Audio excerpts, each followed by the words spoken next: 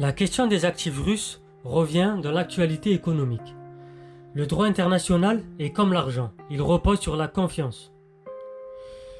Personne n'a envie de plonger dans la jungle d'un endroit, même en temps de guerre. C'est la question qui trottait dans la tête des ambassadeurs des 27 pays auprès de l'Union européenne lors des négociations du mercredi 8 mai.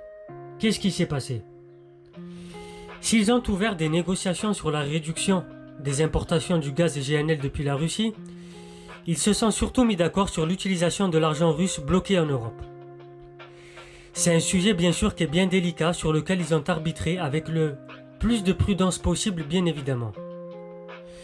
Ils ont décidé que l'Europe pourrait utiliser les intérêts financiers générés par les avoirs russes gelés sur son territoire depuis l'invasion de l'Ukraine pour aider le pays à se défendre en lui fournissant des armes et du matériel. Les intérêts mais pas le capital, c'est une différence majeure bien évidemment.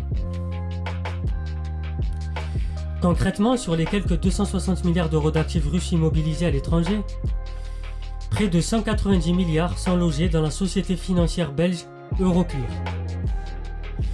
Celle-ci est une chambre de compensation des transactions internationales en Europe.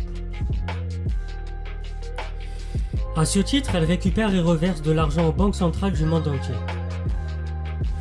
Comme elle ne reverse plus rien aux Russes, les actifs gelés produisent des intérêts.